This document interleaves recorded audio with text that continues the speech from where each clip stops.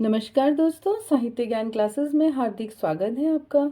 आज का जो सत्र है हमारा, उस सत्र में हम अध्ययन कर रहे हैं हिंदी साहित्य का इतिहास, भक्ति काल। भक्ति काल में सगुण काव्यधारा कृष्ण भक्ति शाखा। कृष्ण भक्ति शाखा में हम अध्ययन कर रहे हैं वल्लभ संप्रदाय के जो सभी कवि हैं, प्रमुख कवि हैं, 8 कवि हैं जो वल्लभ संप्रदाय में दीक्षित हैं। उन सभी कवियों की रचनाओं का अध्ययन हम आज के सत्र में करेंगे। वैसे हम सभी कवियों का जीवन परिचय अलग अलग सत्रों में अध्ययन कर चुके हैं, पर एक सत्र में हम सभी कवियों का और उन सबकी रचनाओं का अध्ययन करेंगे जो वल्लभ संप्रदाय के कवि हैं। प्रथम कवि हैं वल्लभ संप्रदाय के कुम्भन दास। कुम्भन दास की जो रचनाएं हैं वो फुटकर पद लिखे हैं कुम्भन दास जी ने। कोई विशिष्ट रचनाएं इन्होंने नहीं की हैं। इनके जो पद हैं वो कृष्ण लीला व भक्ति से संबंधी पद हैं। कुम्भन दास की कोई विशेष प्रकार की रचनाएं नहीं हैं। इन्होंने कोई ग्रंथ नहीं लिखे हैं, सिर्फ फुटकर पद लिखे हैं। इनके पद हैं वो कृष्ण की लीला व भक्त संबंधी पद हैं। इन्होंने अपनी जो पद लिखे हैं उन पदों में कृष्ण की लीलाओं का वर्णन किया है और भक्ति भावना से संबंधी हैं। साहित्यिक सौष्ठव कम है और साधारण ब्रजभाषा का इन्होंने प्रयोग किया है। संगीत व लय का सौंदर्य इनकी रचनाओं में विद्यमान है। संस्कृत व अन्य भाषाओं का प्रभाव बहुत कम है और विशेषतः ब्रजभाषा का प्रयोग इन्होंने अपने पदों में किया है। अगले कवि हैं वल्लभ संप्रदाय के सूरदास जी। सूरदास ने 3 रचनाएं इनकी बहुत प्रसिद्ध हैं, सूरसागर, सूर सारावली और साहित्य लहरी। तो जो सूरसागर रचना है, इस रचना में भागवत के 12 स्कंदों के अनुरूप रचना है, परंतु स्वयं में स्वतंत्र रचना है सूरसागर। सूर सारावली इस रचना में सूरसागर की यह विषय सूची है। साहित्य लहरी इसका समय है 1550 ईस्वी और ये दृष्टकूट पद इस रचना में है। नायिका भेद व श्रृंगारी पद हैं साहित्य लहरी रचना में। सूर सारावली का समय है 1548 ईस्वी।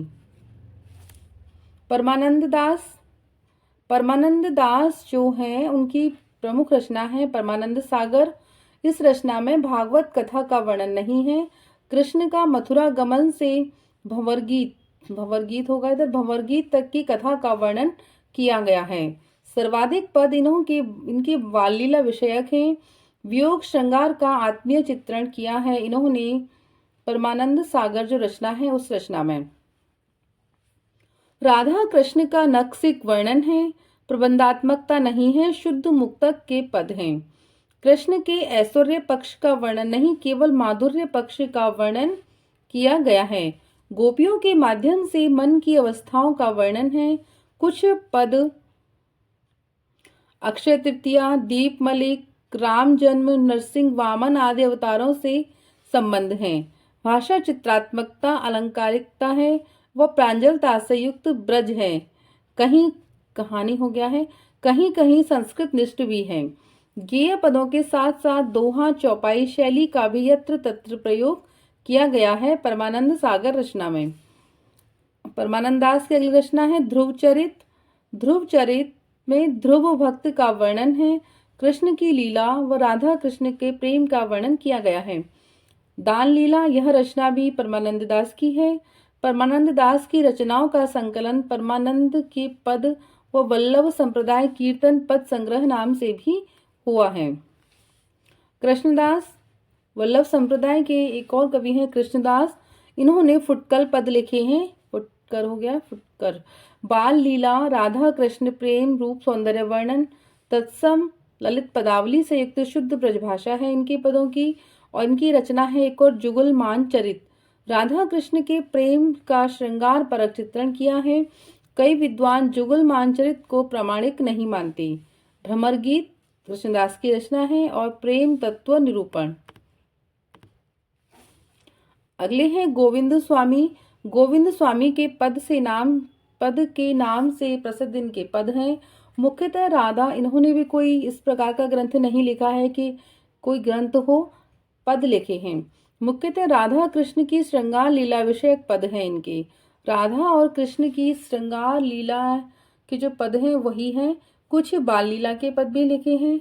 भाषा का इन्होंने ब्रजभाषा का प्रयोग किया है, परंतु लालित्य और सौष्ठव कम है। संगीत के लय स्वर का अच्छा प्रयोग किया है गोविंद स्वामी ने, और अच्छा ज्ञान था इनको लय और संगीत का। छीत स्वामी ने लिखी है पदावली। इसकी कविता साधारण कोटि की परंतु भक्ति भाव से पूर्ण है और ब्रजभाषा का लालित्य है। वल्लभ संप्रदाय के जितने भी कवि हैं उन्होंने अपनी रचनाओं में ब्रजभाषा का प्रयोग किया है। अगले हैं चतुर्भुज दास। चतुर्भुज दास की रचना है चतुर्भुज कीर्तन संग्रह, कीर्तनावली और दान लीला। यह इनकी रचनाएं हैं। इन शीर्षकों से स्फुट पदों का संकलन किया है चतुर्भुज दास ने। चतुर्भुज दास जी कुम्मन दास के पुत्र हैं। हम इनके जीवन परिचय में इन सभी का पढ़ चुके हैं।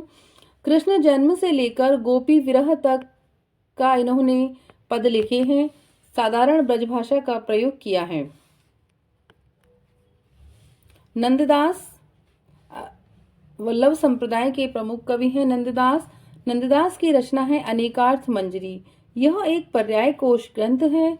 मंगलाचरण में शुद्धाद्वैत संबंधी दार्शनिक विचार हैं। अगली रचना है मान मंजरी। जो मान मंजरी रचना है इसे अमरकोश के आधार पर शब्दों के पर्यायवाची है।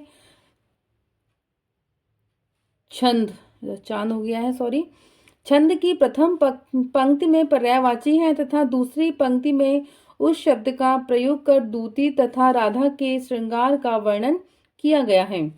रस मंजरी यह रचना 1550 ईस्वी के आसपास है। नायक नायिका भेद संबंधी श्रृंगार ग्रंथ है। इस रचना में भानुदत्त की रस मंजरी से प्रभावित रचना है रस मंजरी। लक्षण उदाहरण के बिना स्वरूप वर्णन है। दोहा और चौपाई शैली में रचित है। मौलिकता की दृष्टि से महत्व इस ग्रंथ का अधिक नहीं है। रूप मंजरी 1568 ईस्वी। विवाहित रूप मंजरी जो निर्भयपुर के राजा धर्मवीर की पुत्री है वह कृष्ण की प्रेम कथा का वर्णन इस रचना में किया गया है। दूती इंदुमती के सहायक का वर्णन है। यह एक प्रबंध काव्य है। दोहा चौपाई में रचित लघु प्रेमाख्यानक काव्य है। परकिया किसी से प्रेम और कहीं और विवाह, इस प्रकार का परकिया भाव की प्रधानता है इस रचना में। विरह मंजरी कृष्ण के वियोग में एक ब्रजवासी की विरह दशा का वर्णन भावात्मक काव्य है। ब्रजवासी की विरह दशा का वर्णन है और यह एक भावात्मक काव्य है। इनमें कोई कथानक नहीं है। विरह के भेद का काव्य शास्त्रीय विवेचन किया गया है और 12 मासा यानी 12 महीनों का वर्णन इस रचना में किया गया है। श्याम सगाई यह रचना भी नंददास की है। राधा कृष्ण की सगाई का वर्णन किया गया है। श्याम सगाई जो रचना है नंददास की इस रचना में। सुदामा चरित में इसकी जो कथा है श्रीमद् भागवत से ग्रहण की है। कृष्ण और सुदामा की कथा का वर्णन है। सुदामा कृष्ण के परम मित्र थे और मित्रता का वर्णन किया गया है और भागवत के 10वें स्कंद में इसका वर्णन है। रुक्मिणी मंगल नंददास की एक और रचना है। इस रचना में रुक्मिणी हरण व कृष्ण रुक्मिणी विवाह का वर्णन किया गया है। भ्रमर गीत परंपरा का काव्य है। संस्कृत निष्ठ ब्रजभाषा का उपयोग है। भागवत पुराण के भाव का परिलक्षित ग्रंथ है भ्रमर गीत। तो भ्रमर गीत कई भ्रमर गीत नाम से प्रकाशित हुआ है। तो इस प्रकार ये सभी रचनाएं नंददास की रचनाएं हैं। पूर्वार्ध में गोपी उद्धव संवाद तथा उत्तरार्ध में कृष्ण प्रेम में गोपियों की विरह दशा का वर्णन किया गया है। पूर्वार्ध कवि की विचार वृत्ति का द्योतक है तथा उत्तरार्ध रागात्मिकता की वृत्ति है। सगुण निर्गुण व दार्शनिक विवाद की विशद चर्चा तथा सगुण यानी कृष्ण भक्ति की स्थापना इनकी रचनाओं में की गई है। रास पंचाध्यायी एक और रचना है नंददास की, बहुत ही प्रसिद्ध रचना है। यह रचना नंददास की सबसे प्रसिद्ध रचना है। श्रीमद् भागवत के अनुसार 5 अध्यायों में यह रचना विभक्त है। रोला छंद का प्रयोग किया गया है और यह एक खंड काव्य है। लौकिक व पारलौकिक प्रेम का समन्वित रूप है। कृष्ण की रास लीला का वर्णन अनुप्रसाद युक्त साहित्यिक भाषा संगीतात्मक पदावली में लिखित है। बाह्य रूप में लौकिक प्रेम, गोपी प्रेम तथा प्रच्छन्न रूप में आध्यात्मिक प्रेम कृष्ण प्रेम का वर्णन किया गया है। व्यक्त आत्मा गोपी तथा रस रूप परमात्मा कृष्ण के रास लीला के माध्यम से मिलन।